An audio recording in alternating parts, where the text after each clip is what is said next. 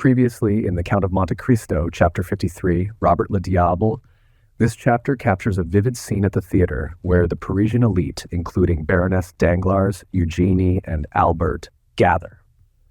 The Count of Monte Cristo arrives with heyday, sparking curiosity and conversation. Tension rises when Fernand de Morcerf encounters the Count and heyday. As the Count mentions Morcerf's past with Ali Pasha, Heyday becomes emotional, revealing that Morcerf betrayed her father, Ali Pasha, for his own gain. Unable to bear Morcerf's presence, Heyday and the Count leave before the performance ends. Chapter 54. A Flurry in Stocks. Some days after this meeting, Albert de Morcerf visited the Count of Monte Cristo at his house in the Champs-Élysées, which had already assumed that palace-like appearance which the Count's princely fortune enabled him to give even to his most temporary residences. He came to renew the thanks of Madame Danglars, which had been already conveyed to the Count through the medium of a letter signed Baron Danglars née Hermine de Servieux. Albert was accompanied by Lucien Debray, who, joining in his friend's conversation, added some passing compliments, the source of which the Count's talent for finesse easily enabled him to guess. He was convinced that Lucien's visit was due to a double feeling of curiosity, the larger half of which sentiment emanated from the Rue de la Chaussée-d'Antin. In short, Madame Danglars, not being able personally to examine in detail the domestic economy and household arrangements of a man who gave away horses worth 30,000 francs, and who went to the opera with a Greek slave wearing diamonds to the amount of 1,000,000 of money, had deputed these eyes by which she was accustomed to see, to give her a faithful account of the mode of life of this incomprehensible person. But the Count did not appear to suspect that there would be the slightest connection between Lucien's visit and the curiosity of the Baroness. "You are in constant communication with the Baron Danglars?" the Count inquired of Albert de Morcerf. "Yes, Count, you know what I told you."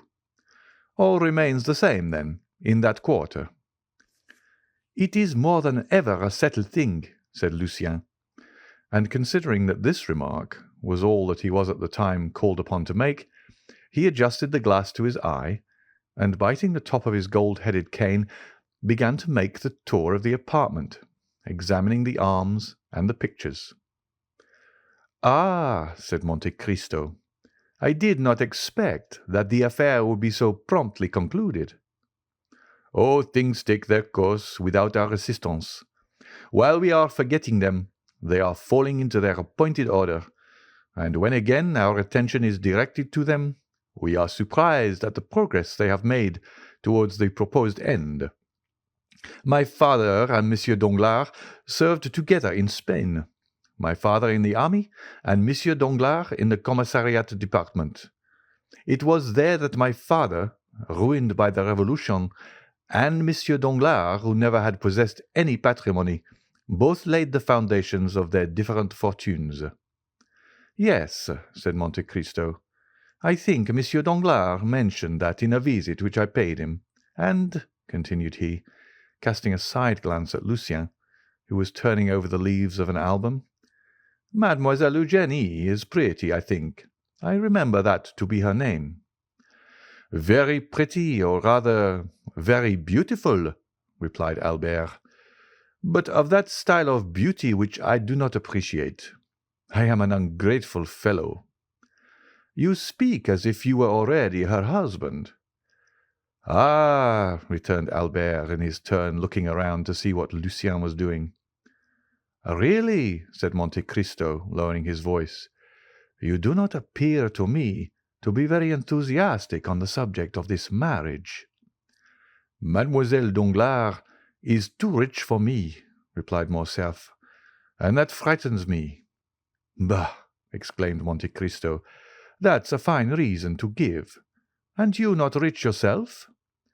"My father's income is about 50,000 francs per annum, and he will give me perhaps 10 or 12,000 when I marry." "That perhaps might not be considered a large sum, in Paris especially," said the Count. but everything does not depend on wealth, and it is a fine thing to have a good name and to occupy a high station in society. Your name is celebrated, your position magnificent, and then the Comte de Morcerf is a soldier, and it is pleasing to see the integrity of a Bayard united to the poverty of a Du Guesclin. Disinterestedness is the brightest ray in which a noble sword can shine. As for me, I consider the union with Mademoiselle Danglars a most suitable one. She will enrich you, and you will ennoble her." Albert shook his head and looked thoughtful. "There is still something else," said he. "I confess," observed Monte Cristo, "that I have some difficulty in comprehending your objection to a young lady who is both rich and beautiful." "Oh," said Morcerf, "this repugnance, if repugnance it may be called, is not all on my side." "Whence can it arise, then? For you told me your father desired the marriage." "It is my mother who dissents. She has a clear and penetrating judgment, and does not smile on the proposed union. I cannot account for it, but she seems to entertain some prejudice against the Danglars." "Ah," said the Count in a somewhat forced tone, "that may be easily explained. The Comtesse de Morcerf, who is aristocracy and refinement itself, does not relish the idea of being allied by your marriage with one of ignoble birth. That is natural enough." "I do not know if that is her reason," said Albert. "But one thing I do know, that if this marriage be consummated, it will render her quite miserable. There was to have been a meeting 6 weeks ago in order to talk over and settle the affair, but I had such a sudden attack of indisposition." "Real?" interrupted the Count, smiling. "Oh, real enough, from anxiety, doubtless. At any rate, they postponed the matter for 2 months. There is no hurry, you know. I am not yet 21, and Eugénie is only 17. But the 2 months expire next week. It must be done. My dear Count, you cannot imagine how my mind is harassed, how happy you are in being exempt from all this. Well, and why should you not be free too? What prevents you from being so?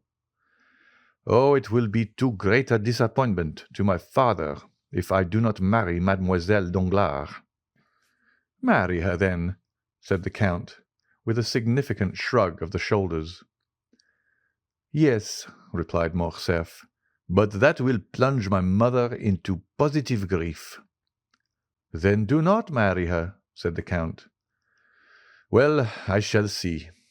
I will try and think over what is the best thing to be done. You will give me your advice, will you not? And if possible extricate me from my unpleasant position. I think, rather than give pain to my dear mother, I would run the risk of offending the Count." Monte Cristo turned away. He seemed moved by this last remark. "Ah," said he to Debray, who had thrown himself into an easy chair at the farthest extremity of the salon, and who held a pencil in his right hand and an account-book in his left. "What are you doing there? Are you making a sketch after Poussin?" "Oh, no," was the tranquil response. "I am too fond of art to attempt anything of that sort. I am doing a little sum in arithmetic." "In arithmetic?" "Yes, I am calculating. By the way, Morcerf, that indirectly concerns you. I am calculating what the house of Danglars must have gained by the last rise in Haiti bonds. From 206 they have risen to 409 in 3 days, and the prudent banker had purchased at 206. Therefore, he must have made 300,000 livres." "That is not his biggest scoop," said Morcerf. "Did he not make 1,000,000 in Spaniards this last year?" "My dear fellow," said Lucien, "here is the Count of Monte Cristo, who will say to you, as the Italians do, 'Denaro e santità, metà della metà.' Money and sanctity, each in a moiety." "When they tell me such things, I only shrug my shoulders and say nothing." "But you were speaking of Haitians," said Monte Cristo. "Ah, Haitians! That is quite another thing. Haitians are the Écarts of French stock jobbing. We may like bouillotte, delight in whist, be enraptured with Boston, and yet grow tired of them all. But we always come back to Écarts. It is not only a game, it is our hors d'oeuvre. Monsieur Danglars sold yesterday at 4:05 and pockets 300,000 francs. Had he but waited till today, the price would have fallen to 205, and instead of gaining 300,000 francs, he would have lost 20 or 25,000. "And what has caused the sudden fall from 409 to 206? Asked Monte Cristo. "I am profoundly ignorant of all these stock jobbing intrigues." "Because," said Albert, laughing, "one piece of news follows another, and there is often great dissimilarity between them." "Ah," said the Count, "I see that Monsieur Danglars is accustomed to play at gaining or losing 300,000 francs in a day. He must be enormously rich." "It is not he who plays," exclaimed Lucien. "It is Madame Danglars. She is indeed daring." "But you who are a reasonable being, Lucien, and who knows how little dependence is to be placed on the news, since you are at the fountain-head, surely you ought to prevent it," said Morcerf with a smile. "How can I, if her husband fails in controlling her?" asked Lucien. "You know the character of the Baroness. No one has any influence with her, and she does precisely what she pleases." "Ah, if I were in your place," said Albert. "Well?" "I would reform her. It would be rendering a service to her future son-in-law." "How would you set about it?" "Ah, that would be easy enough. I would give her a lesson." "A lesson?" "Yes. Your position as secretary to the minister renders your authority great on the subject of political news. You never open your mouth, but the stockbrokers immediately stenograph your words. Cause her to lose 100,000 francs, and that would teach her prudence." "I do not understand," stammered Lucien. "It is very clear, notwithstanding," replied the young man with an artlessness wholly free from affectation. "Tell her some fine morning an unheard-of piece of intelligence, some telegraphic despatch of which you alone are in possession. For instance, that Henri IV was seen yesterday at Gabriel's. That would boom the market. She will buy heavily, and she will certainly lose when Beauchamp announces the following day in his Gazette the report circulated by some usually well-informed persons that the king was seen yesterday at Gabriel's house is totally without foundation. We can positively assert that His Majesty did not quit the Pont Neuf." Lucien half smiled. Monte Cristo, although apparently indifferent, had not lost one word of this conversation, and his penetrating eye had even read a hidden secret in the embarrassed manner of the secretary. This embarrassment had completely escaped Albert, but it caused Lucien to shorten his visit. He was evidently ill at ease. The Count, in taking leave of him, said something in a low voice, to which he answered, "Willingly, Count. I accept." The Count returned to young Morcerf. "Do you not think on reflection," said he to him, "that you have done wrong in thus speaking of your mother-in-law in the presence of Monsieur Debray?" "My dear Count," said Morcerf, "I beg of you not to apply that title so prematurely." "Now, speaking without any exaggeration, is your mother really so very much averse to this marriage?" "So much so that the Baroness very rarely comes to the house, and my mother has not, I think, visited Madame Danglars twice in her whole life." "Then," said the Count, "I am emboldened to speak openly to you. Monsieur Danglars is my banker. Monsieur de Villefort has overwhelmed me with politeness in return for a service which a casual piece of good fortune enabled me to render him. I predict from all this an avalanche of dinners and routs. Now, in order not to presume on this, and also to be beforehand with them, I have, if agreeable to you, thought of inviting Monsieur and Madame Danglars and Monsieur and Madame de Villefort to my country house at Auteuil. If I were to invite you and the Count and Countess of Morcerf to this dinner, I should give it the appearance of being a matrimonial meeting, or at least Madame de Morcerf would look upon the affair in that light, especially if Baron Danglars did me the honour to bring his daughter. In that case, your mother would hold me in aversion, and I do not at all wish that. On the contrary, I desire to stand high in her esteem." "Indeed, Count," said Morcerf, "I thank you sincerely for having used so much candour towards me, and I gratefully accept the exclusion which you propose. You say you desire my mother's good opinion. I assure you it is already yours to a very unusual extent." "Do you think so?" said Monte Cristo with interest. "Oh, I am sure of it. We talked of you an hour after you left us the other day. But to return to what we were saying, if my mother could know of this attention on your part, and I will venture to tell her, I am sure that she will be most grateful to you. It is true that my father will be equally angry." The Count laughed.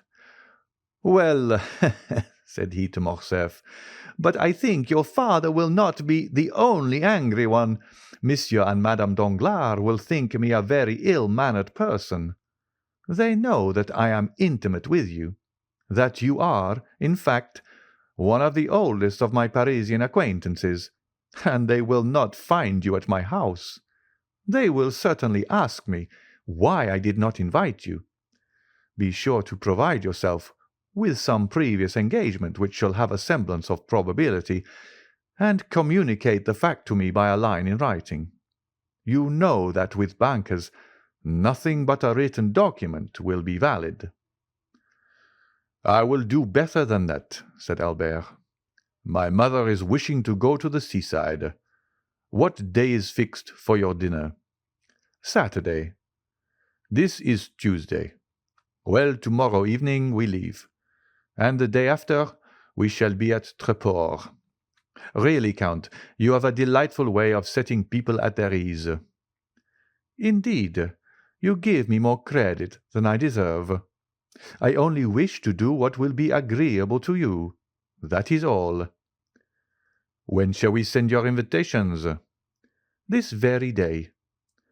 "Well, I will immediately call on Monsieur Danglars, and tell him that my mother and myself must leave Paris tomorrow. I have not seen you, consequently I know nothing of your dinner." "How foolish you are! Have you forgotten that Monsieur Debray has just been at my house?" "Ah, true." "Fix it this way. I have seen you and invited you without any ceremony, when you instantly answer that it would be impossible for you to accept, as you were going to Tréport." "Well, then, that is settled. But you will come and call on my mother before tomorrow?" "Before tomorrow? That will be a difficult matter to arrange. Besides, I shall just be in the way of all the preparations for departure." "Well, you can do better. You were only a charming man before, but if you accede to my proposal, you will be adorable." "What must I do to attain such sublimity?" "You are today as free as air. Come and dine with me. We shall be a small party, only yourself, my mother, and I. You have scarcely seen my mother. You shall have an opportunity of observing her more closely. She is a remarkable woman, and I only regret that there does not exist another like her, about 20 years younger. In that case, I assure you, there would very soon be a Countess and Viscountess of Morcerf. As to my father, you will not see him. He is officially engaged, and dines with the chief referendary. We will talk over our travels, and you, who have seen the whole world, will relate your adventures. You should tell us the history of the beautiful Greek who was with you the other night at the opera, and whom you call your slave, and yet treat like a princess. We will talk Italian and Spanish. Come, accept my invitation, and my mother will thank you." "A thousand thanks," said the Count. "Your invitation is most gracious, and I regret exceedingly that it is not in my power to accept it. I am not so much at liberty as you suppose. On the contrary, I have a most important engagement." "Take care. You were teaching me just now how in case of an invitation to dinner one might creditably make an excuse. I require the proof of a pre-engagement.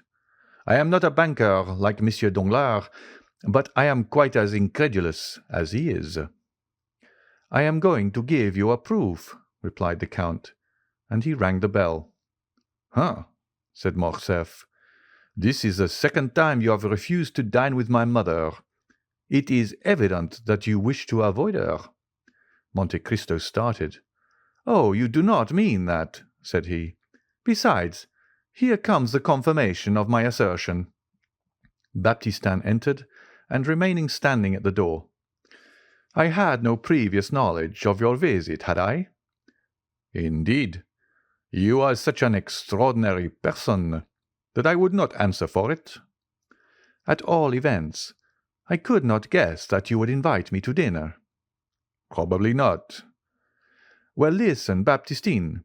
What did I tell you this morning when I called you into my laboratory?"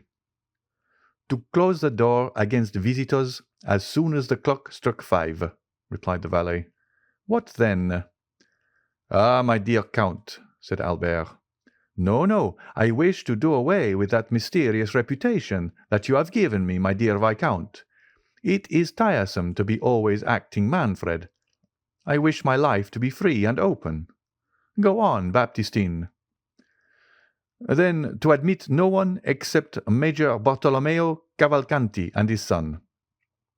"You hear? Major Bartolomeo Cavalcanti, a man who ranks amongst the most ancient nobility of Italy, whose name Dante has celebrated in the 10th canto of the Inferno. You remember it, do you not? Then there is his son, Andrea, a charming young man about your own age, Viscount, bearing the same title as yourself, and who is making his entry into the Parisian world, aided by his father's millions. The Major will bring his son with him this evening, the contino, as we say in Italy. He confides him to my care. If he proves himself worthy of it, I will do what I can to advance his interests. You will assist me in the work, will you not?" "Most undoubtedly. This Major Cavalcanti is an old friend of yours, then?" "By no means. He is a perfect nobleman, very polite, modest, and agreeable, such as may be found constantly in Italy, descendants of very ancient families. I have met him several times at Florence, Bologna, and Lucca, and he has now communicated to me the fact of his arrival in Paris. The acquaintances one makes in travelling have a sort of claim on one. They everywhere expect to receive the same attention which you once paid them by chance, as though the civilities of a passing hour were likely to awaken any lasting interest in favour of the man in whose society you may happen to be thrown in the course of your journey. This good Major Cavalcanti is come to take a second view of Paris, which he only saw in passing through in the time of the Empire, when he was on his way to Moscow. I shall give him a good dinner. He will confide his son to my care. I will promise to watch over him. I shall let him follow in whatever path his folly may lead him, and then I shall have done my part." "Certainly, I see you are a model mentor," said Albert. "Good-bye. We shall return on Sunday, by the way, I have received news of Franz." "Have you? Is he still amusing himself in Italy?" "I believe so. However, he regrets your absence extremely. He says you were the son of Rome, and that without you all appears dark and cloudy. I do not know if he does not even go so far as to say that it rains." "His opinion of me is altered for the better, then?" "No, he still persists in looking upon you as the most incomprehensible and mysterious of beings." "He is a charming young man," said Monte Cristo, "and I felt a lively interest in him the very first evening of my introduction, when I met him in the search of a supper, and prevailed upon him to accept a portion of mine. He is, I think, the son of General d'Épinay." "He is." "The same who was so shamefully assassinated in 1815. "By the Bonapartists." "Yes, really, I like him extremely. Is there not also a matrimonial engagement contemplated for him?" "Yes, he is to marry Mademoiselle de Villefort." "Indeed." "And you know I am to marry Mademoiselle Danglars," said Albert, laughing. "You smile." "Yes." "Why do you do so?" "I smile because there appears to me about as much inclination for the consummation of the engagement in question as there is for my own. But really, my dear Count, we are talking as much of women as they do of us. It is unpardonable." Albert rose. "Are you going?" "Really, that is a good idea. 2 hours have I been boring you to death with my company, and then you, with the greatest politeness, ask me if I am going. Indeed, Count, you are the most polished man in the world. And your servants, too. How very well behaved they are. There is quite a style about them. Monsieur Baptistin, especially. I could never get such a man as that. My servants seem to imitate those you sometimes see in a play, who, because they have only a word or two to say, acquit themselves in the most awkward manner possible. Therefore, if you part with Monsieur Baptistin, give me the refusal of him." "By all means." "That is not all. Give my compliments to your illustrious Lucanese, Cavalcanti of the Cavalcanti, and if by any chance you should be wishing to establish his son, find him a wife very rich, very noble on her mother's side at least, and a baroness in a right of her father. I will help you in the search." "Ah, you will do as much as that, will you?" "Yes." "Well, really nothing is certain in this world." "Oh, Count, what a service you might render me! I should like you 100 times better if by intervention I could manage to remain a bachelor, even were it only for 10 years." "Nothing is impossible," gravely replied Monte Cristo, and taking leave of Albert, he returned into the house and struck the gong 3 times. Bertuccio appeared. "Monsieur Bertuccio, you understand that I intend entertaining company on Saturday at Auteuil." Bertuccio slightly started. "I shall require your services to see that all be properly arranged. It is a beautiful house, or, at all events, may be made so." "There must be a good deal done before it can deserve that title, your Excellency, for the tapestried hangings are very old." "Let them all be taken away and changed. Then, with the exception of the sleeping chamber, which is hung with red damask, you will leave that exactly as it is." Bertuccio bowed. "You will not touch the garden either. As to the yard, you may do what you please with it. I should prefer that being altered beyond all recognition." "I will do everything in my power to carry out your wishes, your Excellency. I should be glad, however, to receive your Excellency's commands concerning the dinner." "Really, my dear Monsieur Bertuccio," said the Count, "since you have been in Paris, you have become quite nervous, and apparently out of your element, you no longer seem to understand me. But surely your Excellency will be so good as to inform me whom you are expecting to receive." "I do not yet know myself. Neither it is necessary that you should do so. Lucullus dines with Lucullus. That is quite sufficient." Bertuccio bowed and left the room. End of chapter 54.